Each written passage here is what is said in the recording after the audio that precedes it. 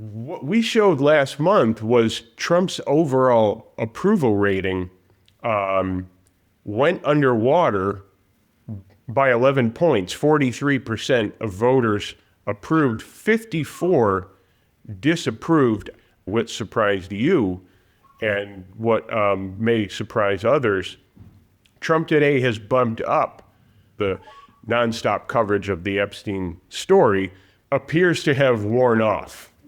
Democrats need an agenda, which leads to number two, which is who are the Democrats? Why did some former Democrats, we asked, why did they leave the party? And a lot of them, it was a tie, said either the party was too woke or that its only agenda was going after Donald Trump.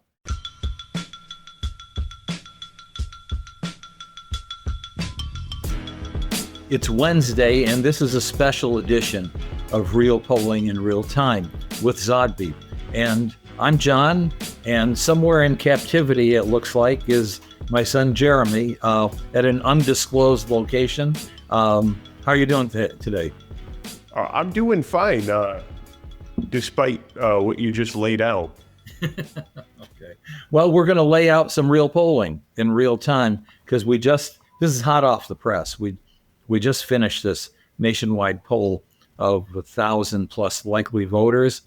And I'm going to let you lay it out and then I'm going to comment. But let's just say it's a good practice that I've learned in almost 5 decades of doing this to never go in with pre-assumptions as to what you're going to find. So I'm going to admit that maybe I was a little surprised by the numbers. And so essentially, why don't you roll with it? How's our president doing?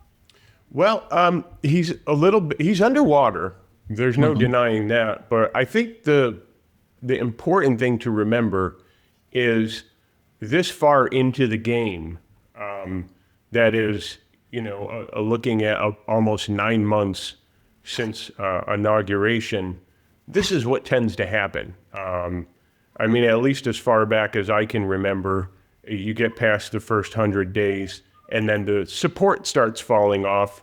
You start to see some buyer's remorse. But the whole Epstein situation, we were in the eye of the storm last month, and voters were being bombarded with a character that maybe a good amount of voters were familiar with, but probably have forgotten because he wasn't so prominently in the news.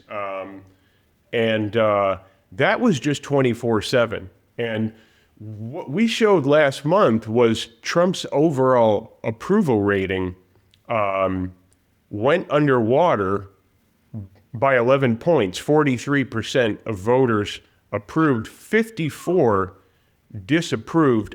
I do believe a considerable amount of that was because of the Epstein story, although we can't rule out there could have been some Trump fatigue setting in. But to get to your point as to what surprised you and what may surprise others, Trump today has bumped up with an overall approval rating of 46 percentage points, 52 disapproval. That's underwater 6. So from 11 underwater to 6, he's had a bounce. Let's drill down into some key issues. Key issues as for the voters and key issues for not just Republicans, but all politicians. The economy.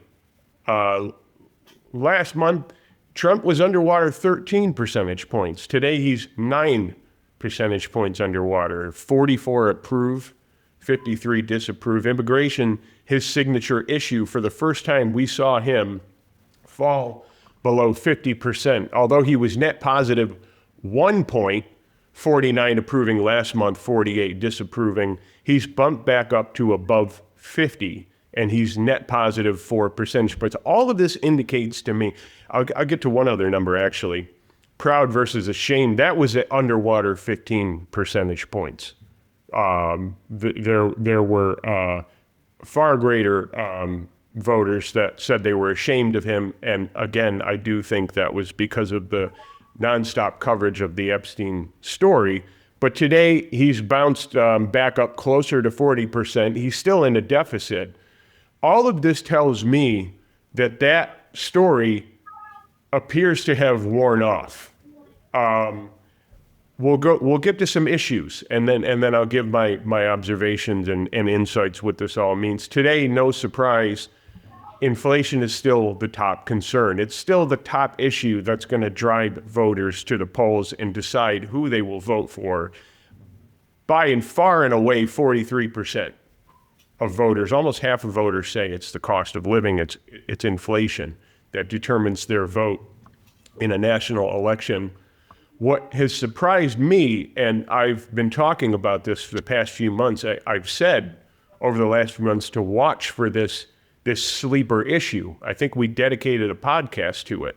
What has taken the number 2 spot is Americans' health and the state of healthcare. 22% cited that as a deciding issue in their vote.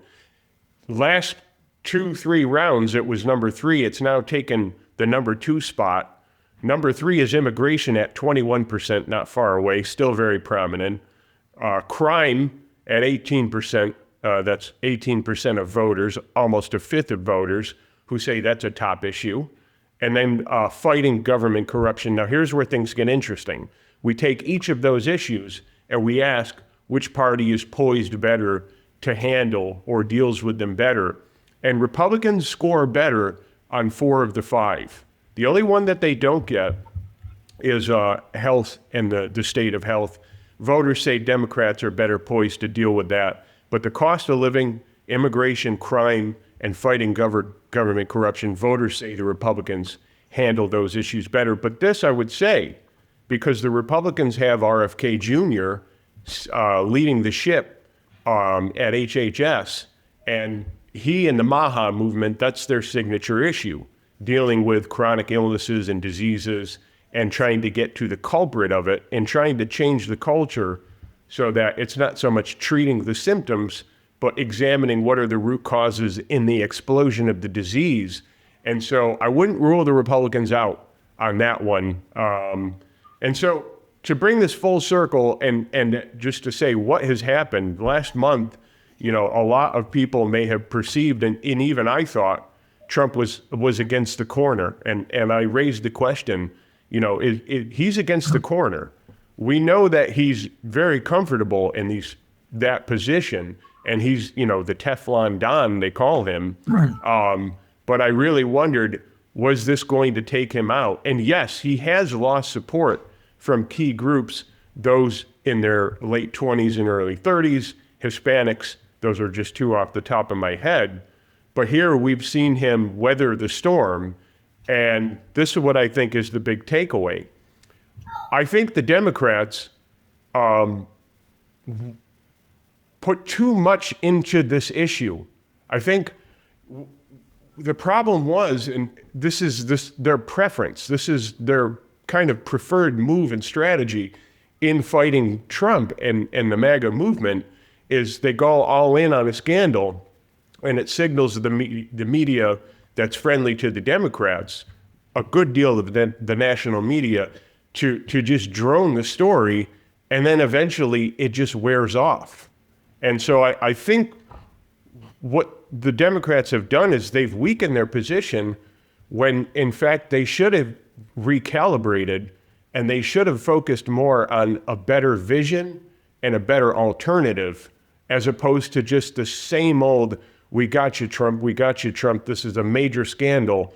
And we know that this scandal has infected both parties, and I think voters, by and large, are aware of that. Okay, I'm going to wing it and disagree with you somewhat, but in no special order, just by way of a response. Number one, as far as the president is concerned, at 46%, that is not an impeachable president.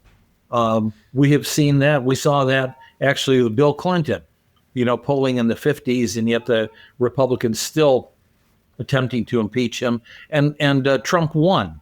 The first term of Donald Trump, still polling in the low 40s.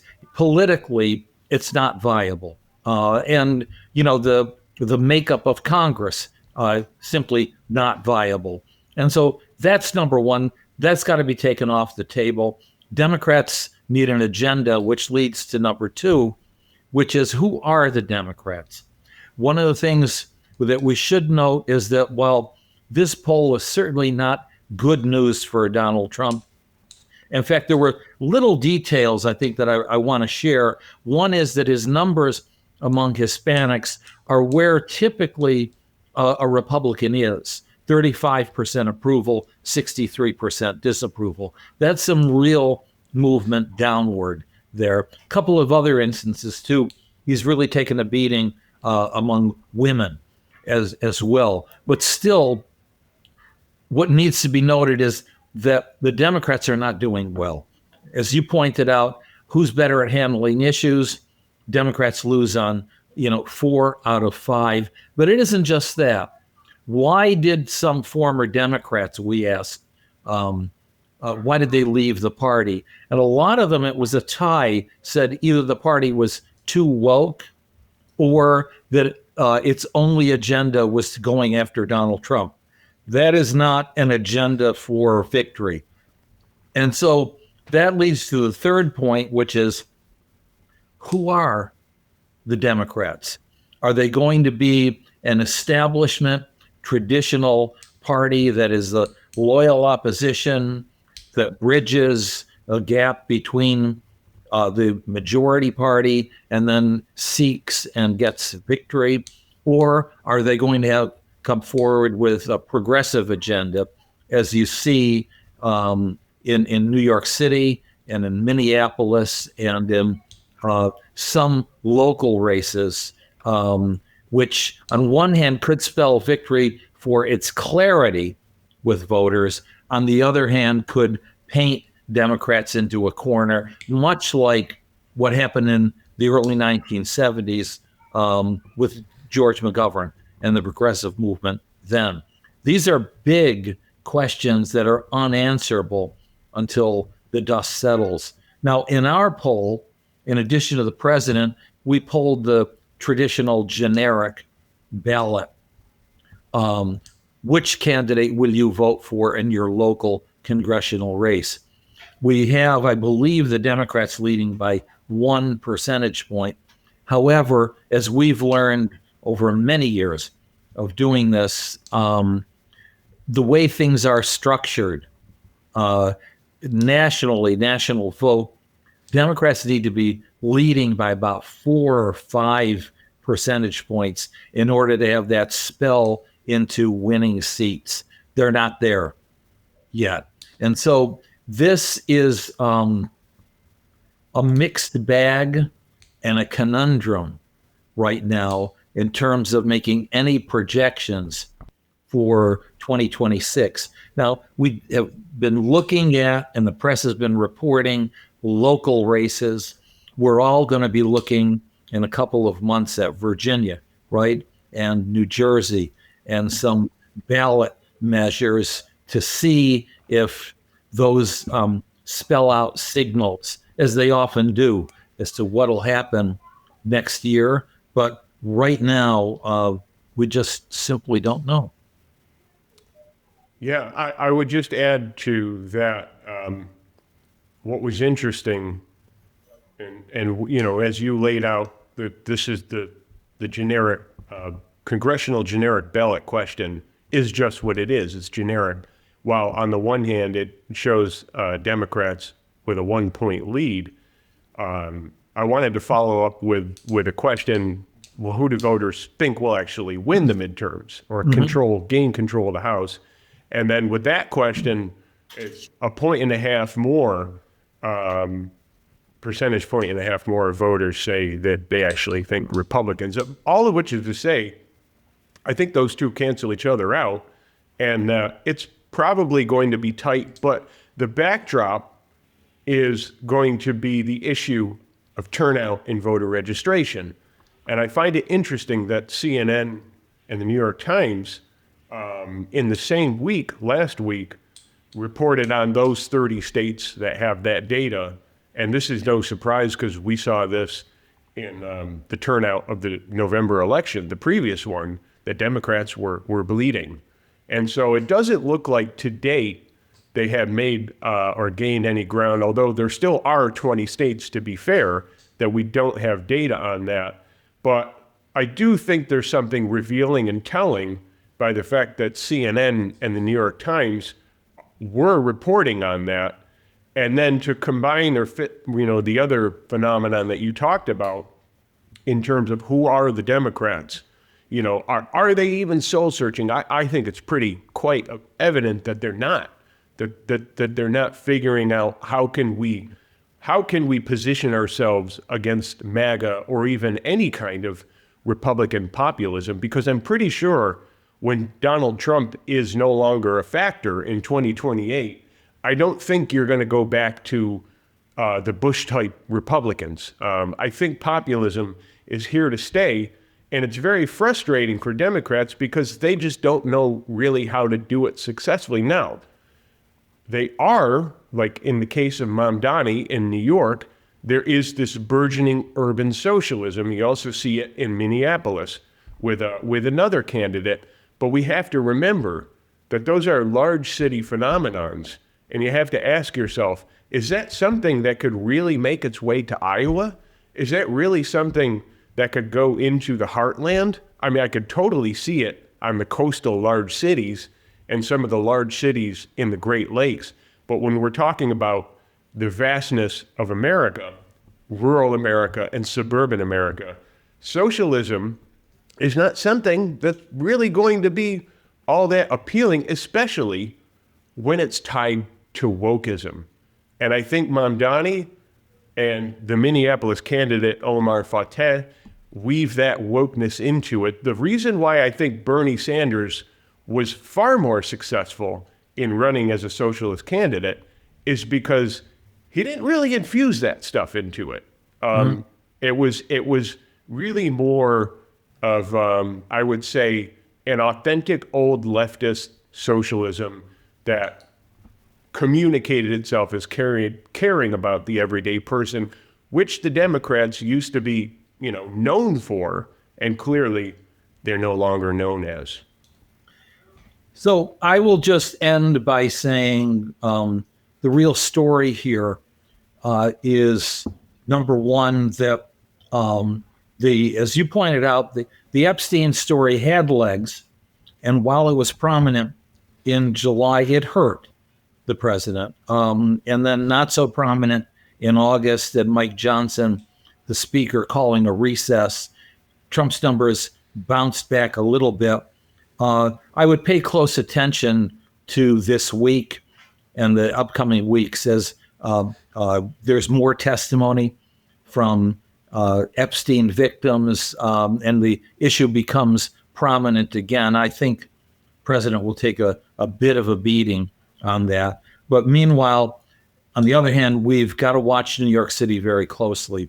Zohran Mamdani is likely, that's as far as I'm going to go, but is more than likely to win the race and be, a colossal collapse if he loses against three criminals, actually. And we'll see what that portends, for the Democrats going into 2026. Will they congeal around a common agenda, or will they do what they did in 1972, and where the establishment Democrats, the heads of the labor movement, the mayors of big cities, abandoned McGovern and actually, in some instances, endorsed Richard Nixon?